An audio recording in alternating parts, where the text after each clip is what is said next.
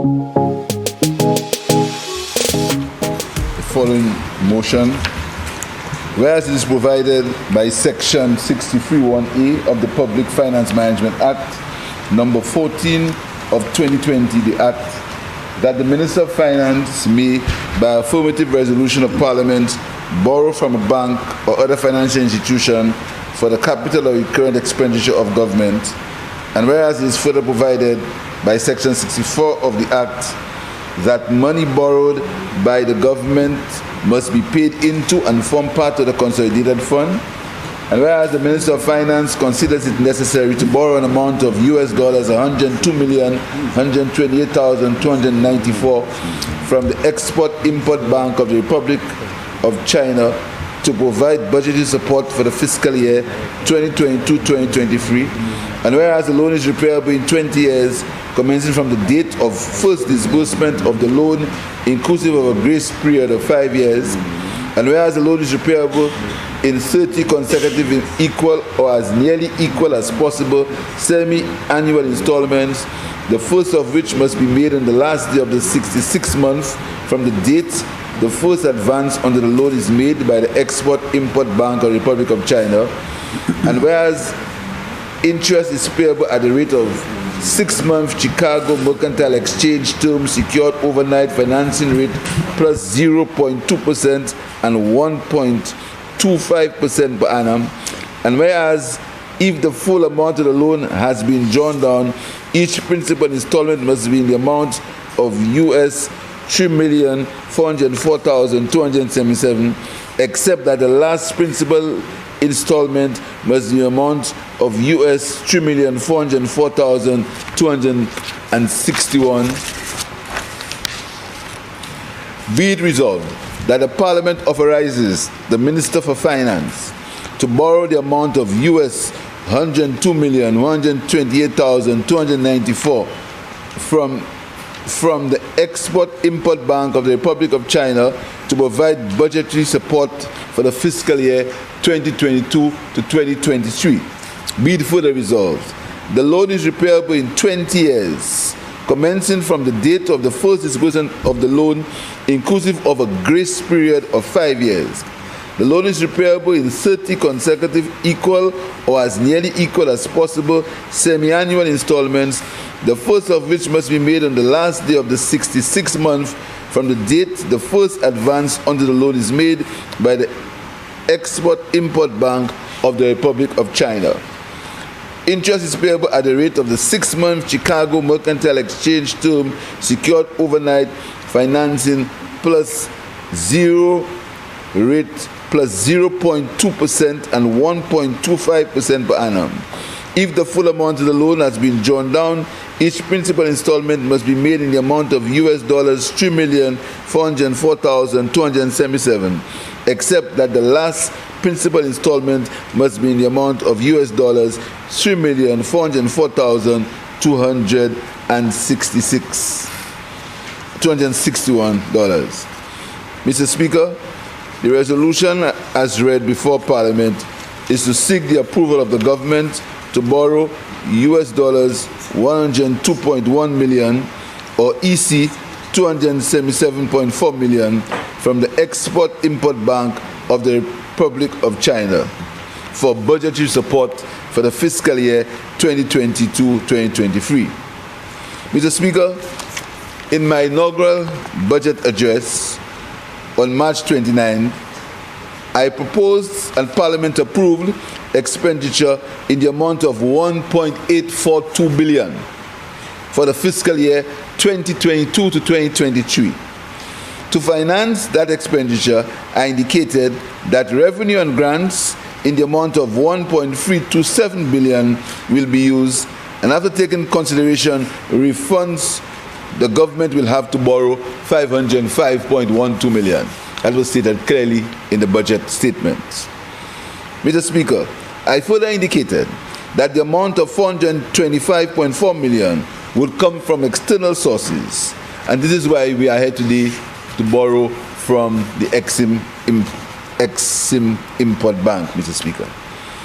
Mr. Speaker, the overall objective is as follows: to provide budgetary support to the government for its national budget for the fiscal year 2022-2023 to meet government's ongoing recurrent obligations and capital expenditures, to settle long-standing cash flow-related issues which have hindered progress towards fiscal sustainability and complete recovery. Mr. Speaker, this loan provides a rare opportunity to significantly alter the macroeconomic and social landscape of St. Lucia. The loan will assist the government and people of St. Lucia in dealing with 1. Economic recovery and growth. 2. Health expenditure. 3. Infrastructural programs. 4. Other recurrent expenditure. Mr. Speaker, more specifically, these funds will be utilized to reprofile expensive components of the central government's official public debt stock, fund social and capital projects, and eliminate some high levels of liabilities such as payables and outstanding amounts due to land acquisition and other efforts. Mr. Speaker, the loan will be done to effect a shift in the following areas: debt reduction and reprofiling. Central government debt, Mr. Speaker, stands at $3.9 billion, of which bonds and notes contribute 51.6% of the debt portfolio and is the most expensive of the government debts. The average interest rate of bonds are 7% and account for $97 million in interest payments annually. Significantly reducing this interest expense can result in savings in excess of $40 million annually. This component of the project will support government's ongoing expenditure, that is a mark towards economic recovery post the downturn in economic growth experienced by St. Lucia of over 26%. Mr. Speaker, what this means is that the government will try to convert some of the short-term loans into longer-term instruments, just saving on interest payments. Some $40 million worth of interest payments will be saved, which can be used for other purposes, Mr. Speaker. That is called reprofiling of the loans. For health expenditure, this component, Mr. Speaker, will support ongoing current expenditure for the health sector. It will cover funds to be expanded on COVID-19 health response and will cover retroactive payments for liabilities incurred related to the health center. And Mr. Speaker, that means that the debt that we have for quarantine, we inherited a lot of these debts, Mr. Speaker. These debts are going to be paid from that loan, Mr. Speaker, because as you know, COVID was very expensive, and in spite of the fact that the last government borrowed over $300 million in during that period, there are still debt and liabilities left to be paid. So this loan will help pay some of this inherited debt. Infrastructural programs. This component will support ongoing infrastructural programs that commenced prior to and during the COVID-19 crisis.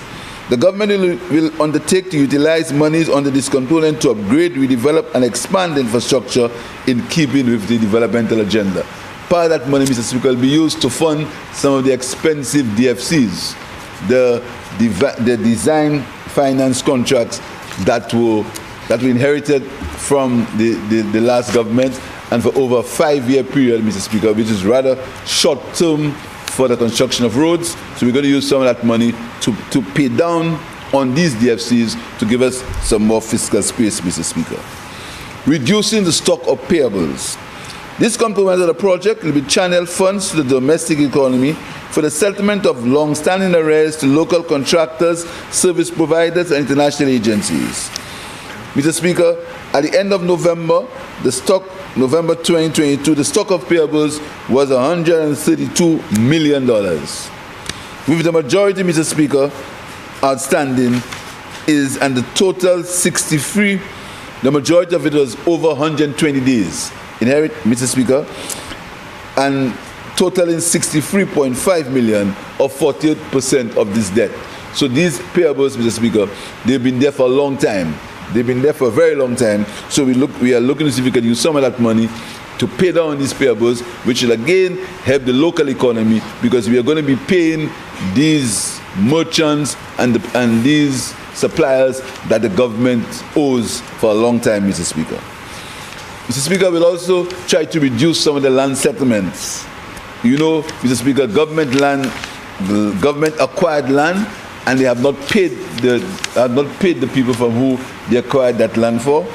And we have its value, Mr. Speaker, that government owes about $46.3 million in land valuation, which is owed to people from which the government acquired their lands. $46.3 million, Mr. Speaker. And, Mr. Speaker, you must note that when government acquires these lands, the interest rate is 6%, Mr. Speaker, on the interest rate. So this increases all the time. So we hope that we can use some of that money to pay the suppliers for the land that was acquired, Mr. Speaker.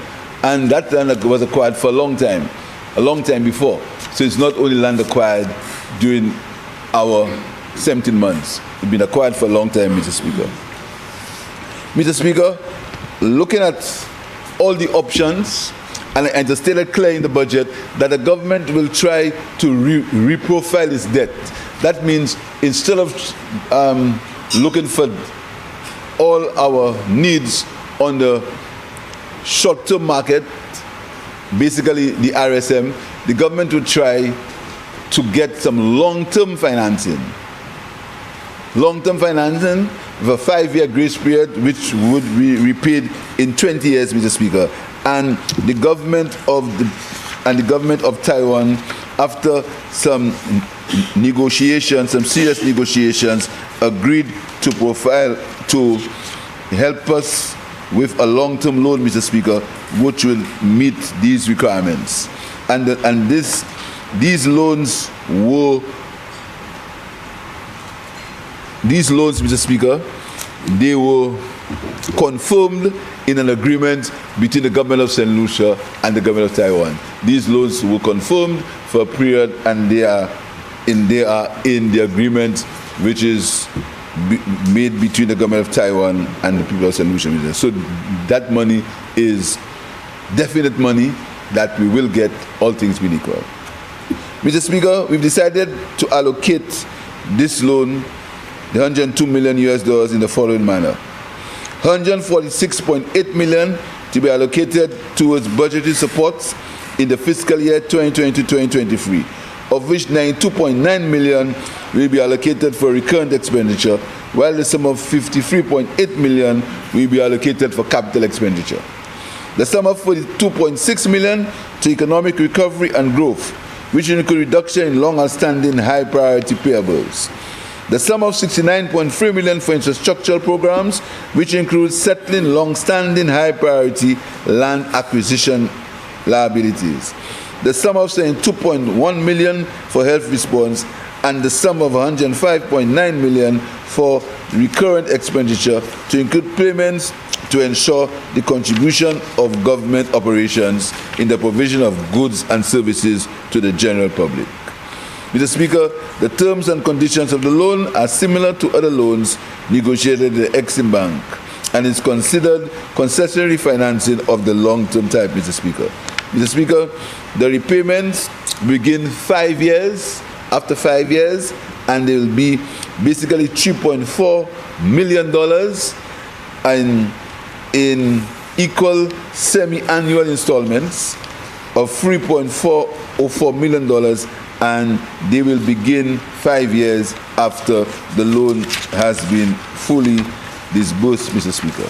And Mr. Speaker, before I take my seat and invite honorable members to support this resolution, Mr. Speaker, I just want to clarify a few things on the government's debt profile. Mr. Speaker, in Parliament, and again, if you look at page 63 in my budget address, you will see it's clearly outlined, Mr. Speaker. Mr. Speaker, since we've been in government for the last 17 months, we've borrowed 7 times. We've come to Parliament 7 times to borrow.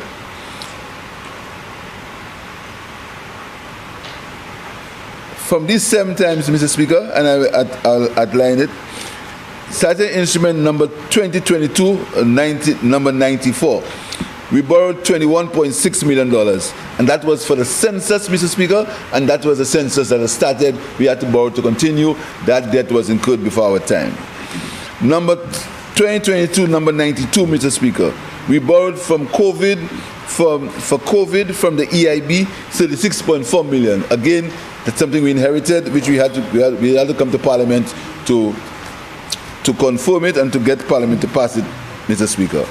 And $27 million from the Export-Import Bank, again, debt that we inherited. We had to come to Parliament for that resolution, Mr. Speaker. We also borrowed $20.2 million from the Sulphur Springs, from the Canadian Clean Energy Project, which was converting the Sulphur Springs, the geothermal from the Sulphur Springs, Mr. Speaker. It's old debt, which we inherited, which we had to come to Parliament, $20.2 million, Mr. Speaker. So for our 17 months in government, the only new debt that we've come to Parliament to borrow for is $27 million for the small and medium-sized enterprises, SME loan from the Caribbean Development Bank, Mr. Speaker. $0.5 million for the MOCA housing scheme, which would help the people in MOCA who are in a desperate situation. They owe the credit union $500,000, and to assist the credit union, government took over the loan, Mr. Speaker, so it could assist the credit union to continue doing what it had to do, Mr. Speaker.